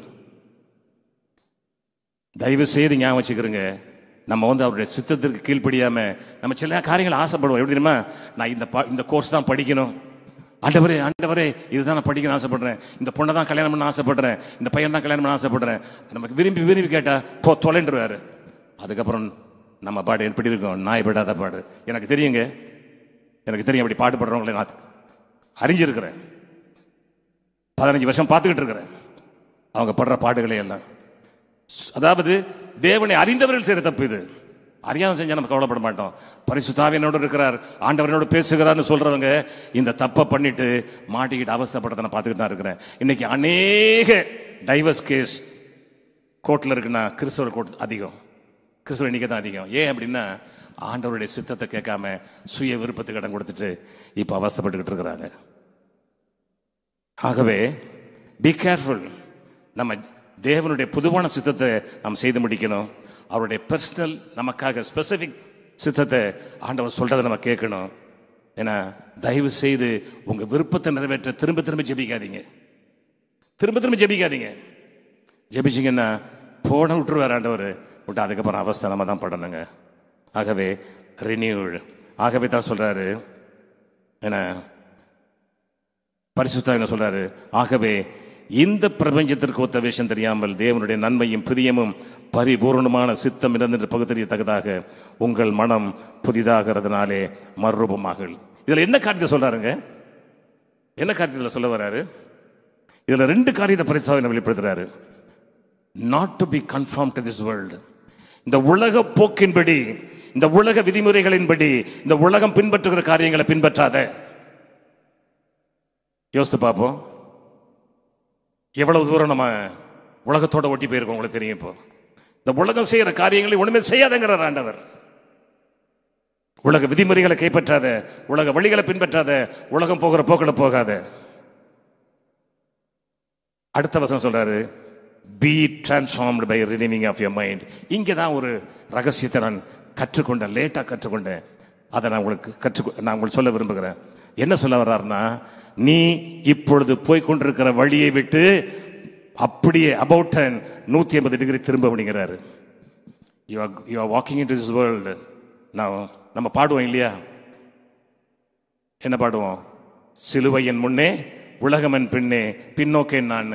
ஆனா பாடிக்கிட்டே பின்னோக்கிட்டு இருக்கிறோம். வெளியே வருவாங்க இயேசுவை நோக்கி 180 டிகிரி அவுட் ஆஃப் ஃபேஸ் நம்ம நடக்க வேண்டியிருக்குங்க. நம்ம திரும்பி பார்க்க வேண்டியிருக்குது. ஏன்னா வேத வசனம் தெளிவா சொல்லுது, வேத வசனம் தெளிவா சொல்லுது ஒரு காரியத்தை. அதை நம்ம திரும்ப திரும்ப நம்ம அங்கதான் நம்ம வந்து காம்ப்ரமைஸ் பண்ணிக்கிட்டு இருக்கிறோம். 2 எஜமான்களுக்கு ஊழியம் செய்ய முடியாது. என்ன செய்வானா? ஒருவனை பகைத்து மற்றவனை சிநேகிப்பான். அங்க சொல்லிட்டு அவர் சொல்றாரு, மத்தேயு 6:24 படிக்கிறேன், 2 எஜமான்களுக்கு ஊழியம் செய்ய ஒருவனாலும் கூடாது. ஒருவனை பகைத்து மற்றவனை சிநேகிப்பான், அல்லது ஒருவனை பற்றி கொண்டு மற்றவனை அசட்டை பண்ணுவான். தேவனுக்கும் உலக பொருளுக்கும் ஊழியம் செய்ய உங்களால் கூடாது. தமிழ்ல அப்படி போட்டு கூடாதுன்னு, ஆனா கரெக்டா பண்ண முடியாது. It's not possible for you to serve God and the world or the money. அப்படின்னு அர்த்தம் என்னங்க? அவருடைய விளக்கம் என்ன? அதை அழகா போடுறாரு பாருங்க. நீங்க பணத்தை நேசிச்சீங்கன்னா ஆண்டவர் வெறுத்துருவீங்க. உலகத்தை நேசிங்கன்னா ஆண்டவர் அசட்டை பண்ணிடுவீங்க. Now decision is yours. இப்போ முடிவு உங்க கையில தான் இருக்குது. என்ன பண்ண போறீங்க? பணத்து பின்னால போக போறீங்களா? உலகத்துக்கு பின்னால் போக போறீங்களா? பதவி பின்னால போக போறீங்களா? அல்லது ஆண்டவர் பின்னால் போக போறீங்களா? அவருடைய சித்தத்தை அறியணும்னா அதற்கான வழிகளை நான் சொல்லிக் கொண்டிருக்கிறேன். நம்ம எல்லாம் நம்மளை ஒரு விதத்தில் ஏமாத்தி கொண்டிருக்கிறோம். திங்கக்கிழமையிலிருந்து சனிக்கிழமை வரைக்கும் உலகத்துக்களை ஓடி ஓடி ஓடி ஓடி எல்லா ஆசாபாசங்களையும் ஓடிக்கிட்டு இருக்கிறோம். நம்முடைய தேவைகளுக்காக சந்திக்க ஓடிக்கிட்டு இருக்கிறோம். இன்னைக்கு ஐடி ஃபீல்டு வந்ததுக்கப்புறம், இன்னைக்கு இந்த கால் சென்டர்ஸ் வந்ததுக்கப்புறம் மக்களுடைய வாழ்க்கை ஒன்றுமே இல்லாமல் போயிடுச்சு. எப்படின்னா நைட் அண்ட் டே ஒரே ஒர்க் ஒர்க் ஒர்க். நான் வேதனைப்படுறேன். பணம் கிடைக்கலாம் அவங்களுக்கு. ஆனால் ஒரு நாளைக்கு 6 மணி நேரம் வேலை செஞ்சவங்க 8 மணி நேரம் வேலை செஞ்சவங்க 12 மணி நேரம் வேலை செய்கிறாங்க. அவங்களுக்கு வேற, அதாவது நோ ரெக்ரியேஷன். அது மட்டும் கிடையாது, குடும்பத்தை பார்க்க முடியாது, பிள்ளைகளை பார்க்க முடியாது, எதுவும் செய்ய முடியாது. இது போக தன்னுடைய உடலை, சரீரத்தை வேற அவங்கள பாதிக்கும், அவங்களுடைய மனதை பாதிக்கும். இதை விட ஆண்டவரை விட தூரம் போய்கிட்டே இருக்கிறாங்க. ஆனால் அவங்க நினைச்சிட்டு இருக்கிறாங்க, we are successful in this world. இந்த உலகத்தில் நாங்கள் வெற்றியாளர்களை வாழ்ந்து கொண்டிருக்கிறோம் நினைச்சிட்டு இருக்கிறாங்க. இல்லைங்க, தோல்வியை நோக்கி போய் கொண்டிருக்கிறோம். டர்ன் பேக், மறுரூபமாகுங்கள், வேதம் சொல்லுகிறது நமக்கு. நான் திரும்ப திரும்ப எதுக்கு சொன்னேன்னா, ஞாயிற்றுக்கிழமை 2 மணி நேரம் வந்ததுக்கு அப்புறம் ஐ ஹவ் ஃபுல்ஃபில்டு, ஆண்டவர் சித்தந்தபடி நடக்கிற நினைக்கிறோமே, நம்மை நாமே ஏமாற்றி கொண்டிருக்கிறோம். we become hypocrite ourselves. நமக்கு நாமே மாய்மாழ்காரராக மாறிக்கொண்டிருக்கிறோம். ரியலைஸ், இன்னைக்கு நம்ம உணர்ந்து கொள்வோம், ஆண்டவரே உமக்கு முதல்ல கொடுக்கணும். ஒரு நாளைக்கு அவருக்கு 2 மணி நேரம் 24 நிமிஷம் நீங்க கொடுக்கலன்னா நீங்க தவறு பண்றீங்கன்னு அர்த்தம். ஏன்னா 24 மணி நேரத்தில் அவருக்கு 10 ரூபாய் கொடுத்தே ஆகணும். நான் நியாயப்பிரமாணத்தை பேசல, அவருக்கு முக்கியத்துவம் கொடுக்கறது பேசுறேன். அவர் கொடுக்க வேண்டிய டைமை கொடுத்துருங்க. இன்னைக்கு நான் பார்க்கிறேன், யாராவது உங்க வேலைக்கு 5 நிமிஷம் லேட்டா போவீங்களா? 10 நிமிஷம் லேட்டா போவீங்களா? எனிபடிக்கோ. ஆனா ஆராதனைக்கு 1 மணி நேரம் லேட்டா வரீங்களே, வெக்கமா இல்லை? வெக்கமா இல்லை? எவ்வளவு தூரம் அசட்டை பண்றீங்க ஆண்டவரை. ஆனா ஆண்டவர் உங்களுக்கு உதவி செய்யணும். I am ashamed.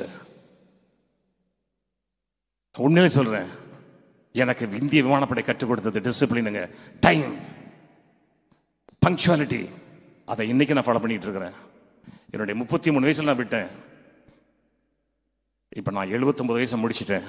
ஆனால் இது வரைக்கும் ஐ எம் பங்க்சுவல் என்னால் சொல்ல முடியும். ஏன் அப்படின்னா அதை கற்றுக் கொடுத்தது டைம் ஆஃப். ஏன்னா ஆராதனைக்கு வர்றதுக்கு மட்டும் எல்லாருக்கும் லேட்டு. வேதனையா இருக்கிறத பார்க்கும்போது ஐ எம் ட்ரபிள்ட் ஆக்சுவலா. தயவு செய்து நீங்க யாருக்கு முதலிடம் கொடுக்குறீங்க அப்படின்னா, உலகத்துக்கு, உங்க பிள்ளைகளுக்கு, உங்க வசதிக்கு. ஆனா ஆண்டவருக்கு இங்க வர்றதே 2 மணி நேரம், இதுல 1 மணி நேரம் தாமதமா வர்றது. எவ்வளவு எவ்வளவு கடினமான இருதயங்க நமக்கு அப்படின்னா. நம்மெல்லாம் மறுரூபமாகணுங்க. அதுக்காக தான் சொல்றேன், we have to transform ourselves. வேதத்தை நீங்க படிச்சு பார்த்தீங்கன்னா அநேக காரியங்கள் சொல்லப்பட்டிருக்குது. நீங்க முதல்ல தயவு செய்து உங்களுக்கு சில ஆலோசனையா சொல்றேன். மத்தேயு 5, 6, 7 இதை மலை பிரசங்கம்னு சொல்லுவாங்க. அதான் 5வது அதிகாரம், 6வது அதிகாரம், 7வது அதிகாரம். இதுல 22 தலைப்புகள்ல இயேசு கிறிஸ்து பேசியிருக்கிறாருங்க. 22 தலைப்புகள் பேசியிருக்கிறார். அந்த படிச்சீங்கனாலே உங்களுக்கு தெரியும் எப்படி கிறிஸ்தவர் வாழ வேண்டும் என்பதை தெளிவாக ஆண்டவராகிய இயேசு கிறிஸ்து அவருடைய வாயின் வார்த்தைகளால் சொல்லி இருக்கிறாருங்க. நீங்க உண்மையிலேயே கிறிஸ்துவ ஃபாலோ பண்ணுமா, அதை படிங்க. அந்த 3 சாப்டரையும் நல்லா படிங்க, தரவா படிங்க. மற்றதெல்லாம் இல்லையா, இருக்குது, ஆலோசனைகள் இருக்குது. ஆனா இந்த 3 சாப்டரும் ஆண்டவர் மனம் திறந்து பேசிக்கிட்டு இருக்கிறாரு. ஏன்னா என்னென்ன அதை அழகா மத்தியில் இருக்கிறார். மற்றவங்க யாரும் அப்படி எழுதலை, மத்திய அழகாக எழுதியிருக்கிறார். தயவு செய்து அதை படிங்க, திரும்ப திரும்ப படிங்க. நான் அந்த 22 செய்தியை நான் கொடுக்கணும்னு நினைக்கிறேன். 22 தலைப்புகள் ஆண்டவர் பேசியிருக்கிறார். அந்த 22 தலைப்புகளில் நான் 22 செய்தி கொடுக்கணும்னு நினைக்கிறேன். ஏன்னா கர்த்தருக்கு சித்தமானால் அதை நான் செய்வேன். எதுக்கு சொல்றேன்னா, நாம் தெரிந்து கொள்ள வேண்டும். ஆண்டவருடைய வார்த்தைகளை படிக்க படிக்க படிக்க நான் ஒன்று சொல்லிட்டு வரேன். ஏன்னா அதை படிக்க, அதை நீங்கள் தியானிக்க ஆரம்பிச்சாதான் அதை பேசுவது நமக்கு புரியும்.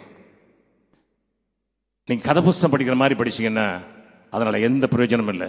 நீங்கள் சொல்லுவாங்க, நான் 10 தடவை பைபிளை படிச்சுட்டேன், நான் 20 தடவை படிச்சுட்டேன், 50 தடவை படிச்சுட்டேன். சில பெருமையாக சொல்லுவாங்க 100 தடவை பைபிளை படிச்சுட்டேன்னு. எந்த பிரயோஜனமும் இல்லை. If you are not going to study it, அதை படிக்கணும், வாசிக்கிறத படிக்கணும், தியானிக்கணுங்க.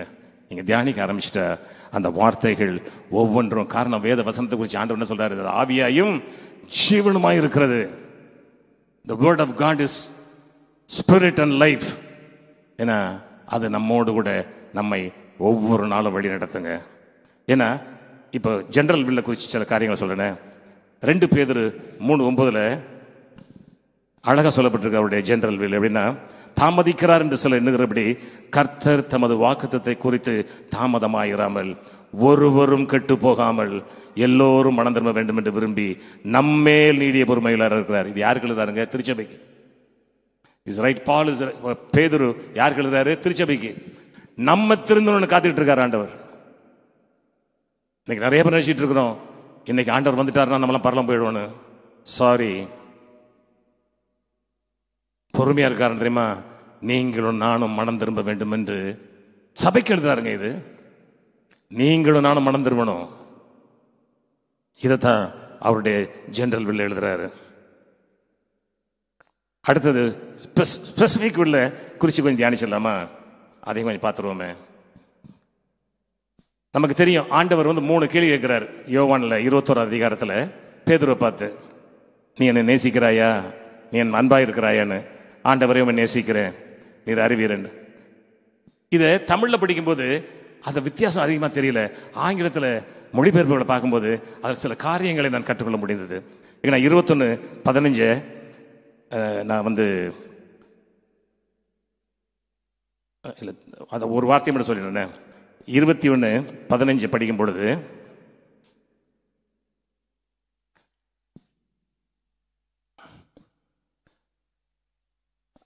அதற்கு அவன், ஆம் ஆண்டவரே, உம்மை நேசிக்கிறேன் என்பதை நீர் அறிவீர் என்றான்.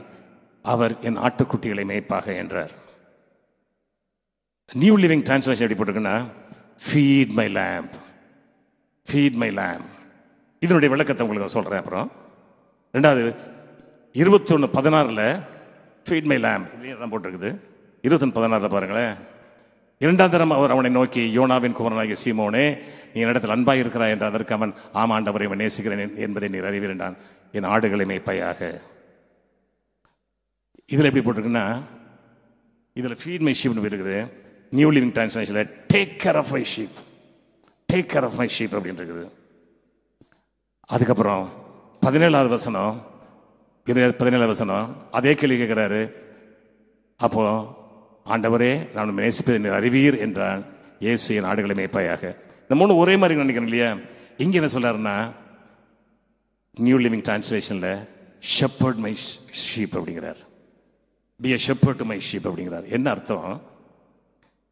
நீ ஆட்டுக்குட்டிகளை நல்லா போஷிக்கணும். அதாவது அவர் எதை குறித்து பேதுருட்ட பேசிட்டு இருக்காருன்னா, பேதுருக்கு முதல்ல ஒரு வார்த்தை கொடுத்துட்டாரு. எங்க கொடுத்துட்டாரு? அவருக்கு ஒரு வார்த்தை கொடுத்தாரு, வாக்குத்தத்தம். எங்க கொடுத்தாருங்க? மத்தேயு 16:18 ஆண்டவர் சொல்லிட்டாரு, நான் உனக்கு சொல்லுகிறேன், நீ பேதுருவாய் இருக்கிறாய், இந்த கல்லின் மேல் சபையை கட்டுவேன், பாதாளத்தின் வாசல்கள் மேற்கொள்வதில்லை. இதுல 2 விளக்கம் இருக்குது. 2 அது ஆவிக்குரிய விளக்கம் ஒன்று இருக்குது, டைரக்ட் மீனிங் ஒன்று இருக்குது. என்ன சொல்றாரு? பேதுருவே, உன்னை வச்சு தான் சபையை கட்ட போறேன். நீ அந்த ஆட்டுக்குட்டிகளை பாதுகாப்பாக அதுக்கு ஒழுங்கா போய் அதுக்கு நீ உணவு கொடு, அதாவது நல்ல வார்த்தையை கொடு, என் ஆடுகளை நல்லா மேயி, என் ஆடுகளை கேர் எடுத்துக்க. 3 வார்த்தையை சொல்றாரு ஆண்டவர். Feed my lamb, take care of my sheep and shepherd the sheep. இப்படி 3 காரியங்களை சொல்றாரு. எதுக்கு சொல்ல வரேன்னா, ஒவ்வொரு ஊழியக்காரனுக்கும் ஒவ்வொரு விசுவாசிக்கும் நமக்காக அவர் விசேஷித்த சித்தத்தை வச்சிருக்கிறார். அதே மாதிரி பாருங்களேன், பவுலுக்கு என்ன சொல்றாரு பாருங்களேன். பவுலை குறித்து தேவனுடைய சித்தம் என்னன்னா, அப்போஸ்தலர் நடவடிக்கைகள் 9:15-16 நான் படிக்கிறேன். பவுல் கேட்கிறார், அண்ணன்கிட்ட சொல்றாரு, அதற்கு கர்த்தர், நீ போ, அவன் புறஜாதிகளுக்கும் ராஜாக்களுக்கும் இஸ்ரவேல் புத்திரருக்கும் என்னுடைய நாமத்தை அறிவிக்கிறதுக்காக நான் தெரிந்து கொண்ட பாத்திரமாய் இருக்கிறான். அவன் என்னுடைய நாமத்தை நிமித்தம் எவ்வளவாய் பாடுபடும் என்பதை நான் அவனுக்கு காண்பிப்பேன். This is a specific will of God about Paul. ஒவ்வொருத்தரை குறித்து அப்படி வச்சிருக்கிறாரு. ஏன்னா நமக்கு தெரியும், சவுலை ஆண்டவர் ராஜாவாக தெரிந்து விட்ட பொழுது சவுலை ஏதோ டெம்பரரியாக தெரிந்து கொள்ளலைங்க. சவுலை அவன் தான் யூதா, அதாவது இஸ்ரவேல் தேசத்தை ஆளுகை செய்யணும்னு பெருமிடா தெரிஞ்செடுத்தாரு. அவன் தப்பு பண்ணதுனால அதை மாத்துறாரு. அதை நான் படிப்பேன். 1 சாமுவேல் 13:14 படிக்கிறேன். அதாவது இதனுடைய முதல் வசனத்தை படிச்சீங்கன்னா தெரியும், அவருடைய அரசாட்சியில் 2வது ஆண்டு தப்பு பண்றாரு. என்ன பண்றாருன்னா, இந்த பலி கொடுத்துட்றார் சாமுவேல் காத்துறாம. அப்ப சொல்றாரு, சாமுவேல் சவுலை பார்த்து புத்தியீனமாக செய்தார், உம்முடைய தேவனாய் கர்த்தர் உமக்கு விதித்த கட்டளையை கை கொள்ளாமற் போனீர். மற்றபடி கர்த்தர் இஸ்ரவேல் மேல் உம்முடைய ராஜ்யபாரத்தை என்றென்றைக்கும் சிறப்படுத்துவார். ஆண்டவருடைய ஒரிஜினல் பிளானு என்றென்றைக்கும் இஸ்ரவேல்ல சவுல ராஜாவாக இருக்கணும்னு. இதை எதுக்கு சொல்றேன்னா, நம்மை குறித்த ஒரு சித்தம் ஆண்டவருக்கு உண்டு. நாம் கீழ்ப்படியலைன்னா அவர் அதை மாற்றிடுவாருங்க. Be careful. ஏன்னா அப்ப அடுத்த வசனம் சொல்றாரு, இப்போதோ உம்முடைய ராஜ்யபாரம் நிலை நிற்காது. கர்த்தர் தம்முடைய இருதயத்திற்கு ஏற்ற ஒரு மனுஷனை தமக்கு தேடி அவனை கர்த்தர் தம்முடைய ஜனங்கள் மேல் தலைவனாக இருக்க கட்டளையிட்டார். கர்த்தர் உமக்கு விதித்த கட்டளை நீர் கை கொள்ளவில்லையே என்று சொன்னான். அதாவது ஆண்டவருடைய வார்த்தைக்கு கீழ்ப்படியும் பொழுது அவர் நம்மை குறித்து வைத்திருக்கிற சித்தத்தை அவர் மாற்றி விடுவார். நம்ம குறித்து ஒரு திட்டம் வச்சிருப்பார். இந்த சகோதரனை, இந்த மனிதனை, இந்த சகோதரியை இவ்விதமாக நான் உயர்த்த வேண்டும் என்று வழி நடத்திக்கிட்டு இருப்பாரு. ஆனா நம்ம சுய இஷ்டத்தில் போகும். இன்னைக்கு அநேக ஊழியக்காரர்கள் தவறான வழியில் போயிட்டு இருக்கிறாங்க. ஆனா அவர்கள் தவறுகளை அறிந்து கொள்ளவில்லை. எனக்கு தெரியுங்க, பால் ஆசிர் லாரின்னு ஒருத்தர் இருந்தார். அவர் இது சென்னப்பட்டதில் ஐலண்ட் கிரவுண்டு எங்க எக்மோர்ல, அவர் இந்த மூர் மார்க்கெட் பக்கத்தில் உள்ள கிரவுண்டில் அவர் 60களில் 70 ஊழியம் செய்யும் பொழுது எல்லா சினிமா தியேட்டரும் எம்டியா இருக்குங்க. அந்த கூட தான் போவாங்க ஆளுங்க. அவ்வளவு அற்புதங்கள், அவ்வளவு அடையாளங்கள் அங்கே நடந்துகிட்டு இருந்தது. எல்லாரும் பாலாசிர் லாரி பால் ஆசிர் லாரி ஒரு பேரு. ஏன்னா அவ்வளவு அற்புதங்கள். விசேஷமாக சொல்றேன், பிராமண சமூகத்தார் கூட்டம் அங்க இருப்பாங்க. ஏன்னா அவருடைய சீடர்கள் ஒரு நாள் தான் நான் ரசிக்கப்பட்டேன். அதுக்காக சொல்ல எனக்கு தெரியும். அதனால அவ்வளவு கூட்டம் இருக்கும். ஆனா கடைசியில் அவர் கொஞ்சம் வழி தவறுறதுனால என்ன ஆச்சுன்னா, அவரே ஆண்டவர்கிட்ட வெளியே போயிட்டார். வல்லமையாக எடுத்து நடந்த மனுஷன். இப்போ அவரை கும்பிட்டுக்கிட்டு இருக்கிறாங்க எங்கள் முக்கூடல்ல. அவருக்கு ஒரு இடத்த போட்டு ஒரு தியானம் பண்ணிக்கிட்டு இருக்கிறாங்க. அவரை கிறிஸ்தவ மாற்றிட்டாங்க அவருடைய சீடர்கள். கடைசியில் என்னாச்சு, அவர் ரட்சிப்பை இழந்துட்டார். இன்னைக்கு நிறைய பேர் ஆண்டவருடைய சித்தத்திற்கு இடம் கொடுக்கலைன்னா காரணம் வாழ்க்கையில் சில தவறுகள் அவர் இடம் கொடுத்துட்டாரு. அதை பற்றி நான் பேச விரும்பல. ஆகவே இந்த சவுல் பெரிய பாவம் ஒன்றும் பண்ணிடல, ஆண்டவருடைய கற்பனை கீழ்ப்படியில், அவ்வளவுதான். எவ்வளவு பெரிய டேஞ்சருங்க பாத்தீங்களா? ராஜபாரம் போயிடுச்சு. அது மட்டும் இல்ல, தாவீதை தெரிந்து கொண்டார். தாவீதுகளை பாரத்தை கொடுத்தாரு. சமஸ்த இஸ்ரவேலுக்கு நீ தான் ராஜாவா இருப்பான், உன் பிள்ளைகள்லாம் இருப்பாங்கன்னு. சாலமோன் தவறு பண்ணா, என்னாச்சு, ராஜ்யம் இஸ்ரவேல் 2 பிரிஞ்சுது. 2 பிரிய காரணம் யாருங்க? சாலமோனுடைய பாவம். தேவனுடைய சித்தம் மாறுகிறத பாருங்க. சாலமோனுடைய தவறுகள். ஆகவே ஜாக்கிரதையா இருப்போம். நமக்கு தெரியும், எசேக்கியா பத்தி நல்லா தெரியும். எசேக்கியா தேவனுக்கு பிரியமான மனுஷன், நல்லா வாழ்ந்தாரு. அவர் சொன்னார், நீ உன் வீட்டை ஒழுங்குபடுத்துற, நீ சாக போறன்னு சொல்றாரு. ஆண்டவரே, நான் எவ்வளவு உத்தமமா இருந்தேன், உண்மையா இருந்தேன் அப்படின்னு 15 வருஷம் கூட்டி கொடுக்குறாரு. என்ன நடந்தது? 15 வருஷம் என்ன நடந்ததுங்க? இஸ்ரேல் யூதியா தேசம் பாழா போச்சு. காரணம், அவனுக்கு ஒரு பையன் பிறக்கிறான், மனாசே. அவன் 12 வயசுல அரசாள்றான். 55 வருஷம் விக்கிரகாரங்கள் நடத்துறான். தேசம் பாழா போச்சு. ஆண்டவருடைய விருப்பத்துக்கு மாறா போகும்பொழுது பாருங்களேன். அது மட்டுமல்ல, இந்த ஒரு வசனத்தை படிங்க, அதை நான் படிக்க விரும்புகிறேன். ஏசாயா தீர்க்கதரிசன புஸ்தகம், ஏசாயா தீர்க்கதரிசன புஸ்தகம் 39 அதிகாரம் 5-7 போடுங்க. 5-7 போடுங்க. நான் நிறைய வசனங்களை விட்டுட்டு போறேன், ஏன்னா இப்போ நான் படிக்கிறேன். எசேக்கியாட்ட ஆண்டவர் சொல்றார், தீர்க்கதரிசி சொல்றாரு, இதோ நாட்கள் வரும், அப்பொழுது உன் வீட்டில் உள்ளதிலும் உன் பிதாக்கள் இந்நாள் வரைக்கும் சேர்த்ததிலும் ஒன்றும் மீதியாக வைக்கப்படாமல் எல்லாம் பாபிலோனுக்கு கொண்டு போகப்படும். நீ பெறப்போகிற உன் சந்ததியாக உன் பாரிலும் சிலர் பாபிலோன் ராஜாவின் அரண்மனைகளே அரண்மனை வேலைக்காரர் இருப்பார் என்று கருத்து சொல்கிறேன். இதில் அரண்மனை வேலைக்காரன் போட்டிருக்குது. ஏன்னா வேலைக்காரன் போட்டிருக்குது. ஆனால் ஆங்கிலத்தில் எப்படி போட்டிருக்குது? they will be eunuch அப்படின்னு போட்டிருக்கோம். அவர்கள் எப்படி இருப்பாங்களா? அன்னகர்களாக இருப்பார்கள் இருக்குது டிரான்ஸ்லேஷன்ல. இந்த போட்டிருக்கு பாருங்க.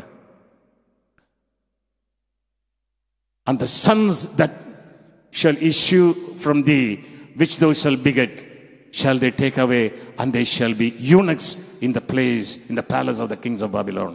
தானியேல் ராஜகுலத்தார், அனானியா, அசாரியா, மிஷாயல் ராஜகுலத்தார் அந்த அன்னகர்களாக மாற்றப்பட்டாங்க. யாருடைய தவறுங்க? எசேக்கியாவுடைய தவறு.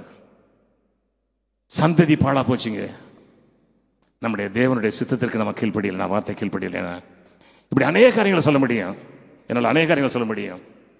ஏன் அப்போஸ்தலனாக தேர்ந்தெடுக்கப்பட்ட யூதாஸ், 12 பேர்ல வல்லமையாக ஊழியம் செய்த யூதாஸ். ஏன்னா மத்தேயு 10 அதிகாரத்தை படிச்சு பாருங்களேன். அவர் அதிகாரத்தை கூட அனுப்புறாரு. அவங்க மூலமா பேய் ஓடுது, நோய் ஓடுது, சுவிசேஷம் சொல்றாரு. கடைசியில் ரட்சிப்பை இழந்துட்டார் யூதாஸ், தேவ சித்தத்துக்கு கீழ்ப்படியலைன்னா. ஆகவே நாம் தேவனுடைய சித்தத்திற்கு கீழ்ப்படியாமல் இருக்க அநேக காரணங்கள் உண்டு, அநேக போராட்டங்கள் உண்டு. ஒவ்வொரு நாளும் நம்ம அதுக்காக திரும்ப திரும்ப சொல்லிக்கிட்டு இருக்கிறேன், மனம் திரும்புவோம். நான் வேதத்தை படிக்கும் பொழுது நான் கொஞ்சம் வித்தியாசமா படிப்பேங்க. நீங்க எப்படி படிக்கணும்னு தெரியாது. ஆதாமும் ஏவாளும் விழுந்து போகிறது தேவனுடைய சித்தமா? இல்ல. இஸ்ரேல் தேசம் 40 வருஷத்துல வனாந்தரத்துல சுத்துறது தேவனுடைய சித்தமா? இல்ல. அதே போல அந்த இஸ்ரேல் தேசம் 2ஆ பிரிகிற தேவனுடைய சித்தமா? இல்ல. ஏன் மனிதர்கள் நரகத்துக்கு போற தேவனுடைய சித்தமா? இல்ல. ஆனா போய்கிட்டு இருக்கிறோம். படிங்க, மத்தேயு 25:41 படிங்க. நான் படிக்கிறேன். அப்பொழுது கர்த்தர் சொல்றார், இடது பக்கத்தில் நிற்பவர்களை பார்த்து, சபிக்கப்பட்டவர்களை என்னை விட்டு பிசாசுக்காகவும் அவன் தூதர்களுக்காக ஆயுதம் பண்ணப்பட்டிருக்கிற நித்திய அக்கினியிலே போங்கள். யாருக்குங்க நித்திய அக்கினி எங்க தயாரிக்கப்பட்டிருக்குது? பிசாசுக்காக, அவனுடைய தூதருக்காக. ஆனா எனக்கு யார் ஓடிக்கிட்டு இருக்கிறாங்க? மனுக்குளம் பாவத்தில் வாழ்வது தேவனுடைய சித்தம் அல்ல.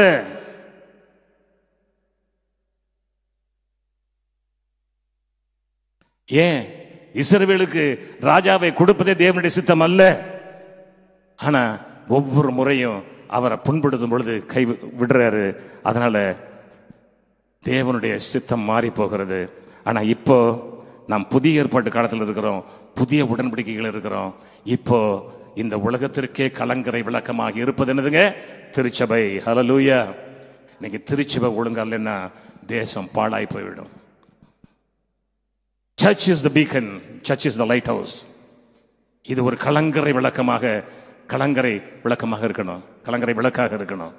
ஏன்னா இல்லைன்னா காரணம் அந்த கலங்கரை விளக்கம் தான் it gives the direction. திருச்சபை தான் இன்னைக்கு மனுக்குலத்திற்கு ரட்சிக்கப்பட்டவர்களுக்கு சரியான வழியை காட்ட முடியும். அங்கதான் காட்டணும். இல்லைன்னா காரணம் வேதம் அழகா சொல்லுது. மத்தேயு மத்தேயு 5:14 மலையின் மேல் இருக்கும் பட்டணம் மறைந்திருக்க மாட்டாது, நீங்களே உலகத்திற்கு வெளிச்சமாய் இருக்கிறீர்கள். ஆண்டவர் சபைக்கு கொடுத்த வாக்குத்தத்தங்க இது. சர்ச்சை குறித்து என்ன சொல்றாரு? மலையின் மேல் இருக்கிற பட்டணம் மறைந்திருக்க கூடாது, இது உலகத்துக்கு வெளிச்சமா இருக்கணும். ஆகவே உலகத்துக்கு நம்ம வெளிச்சமா இருக்கிறோமா அல்லது கரிக்கட்டையா இருக்கிறோமா?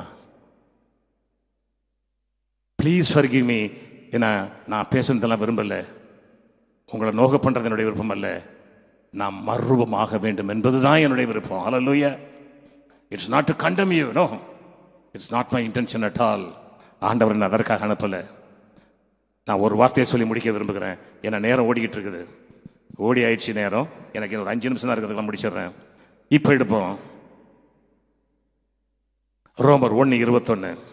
ரோமர் 1:21 படிக்கிறேன். அவர்கள் தேவனை அறிந்தும் அவரை தேவன் என்று மகிமைப்படுத்தாமலும் ஸ்தோத்திரியாமல் இருந்து தங்கள் சிந்தனைகளினாலே வீணரானார்கள். உணர்வில்லாத அவருடைய இருதயம் இருள் அடைந்தது. உணர்வில்லாத அவர்களுடைய இருதயம் இருள் அடைந்தது.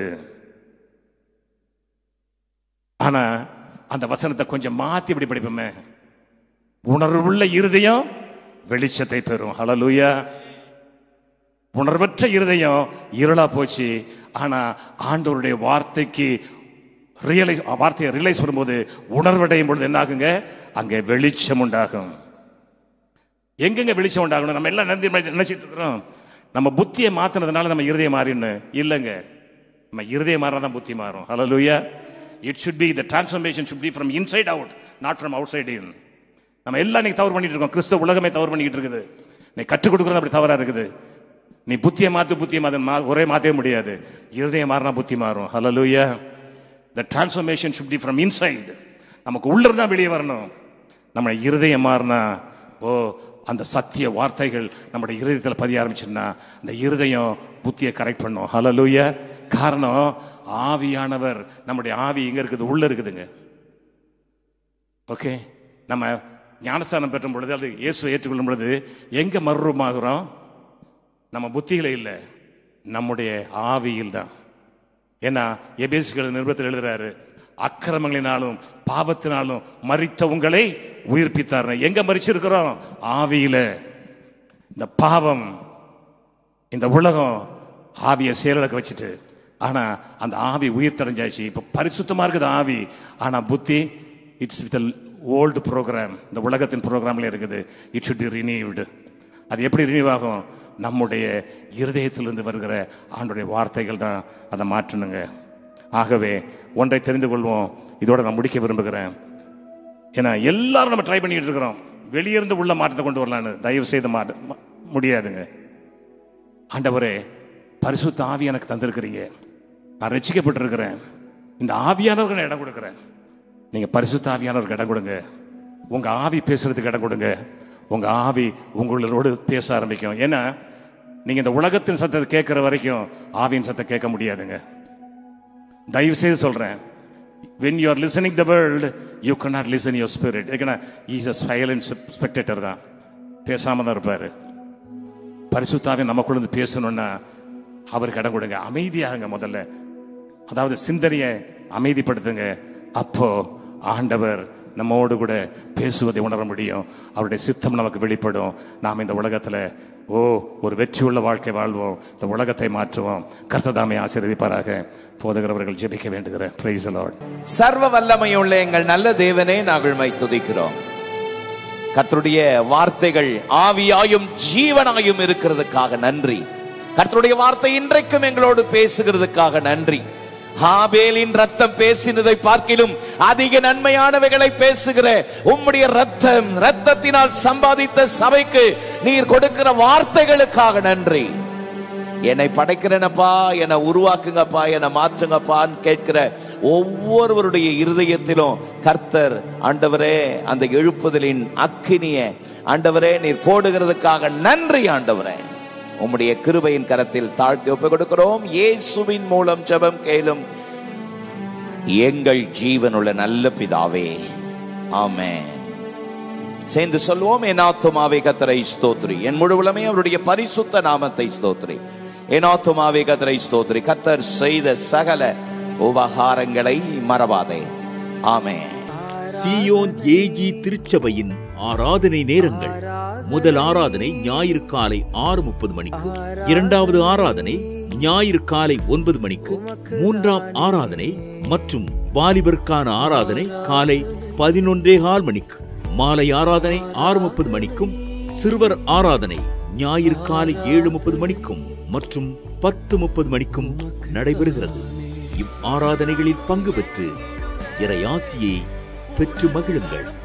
நீங்கள் தொடர்பு கொள்ள வேண்டிய முகவரி ரெவரண்ட் பி. சுதாகர் சாமுவேல், தலைமை போதகர், சீயோன் ஏஜி திருச்சபை, எண் 8, புத்தர் தெரு, காமராஜபுரம். செல்போன் 9382117257 மற்றும் 9381117257.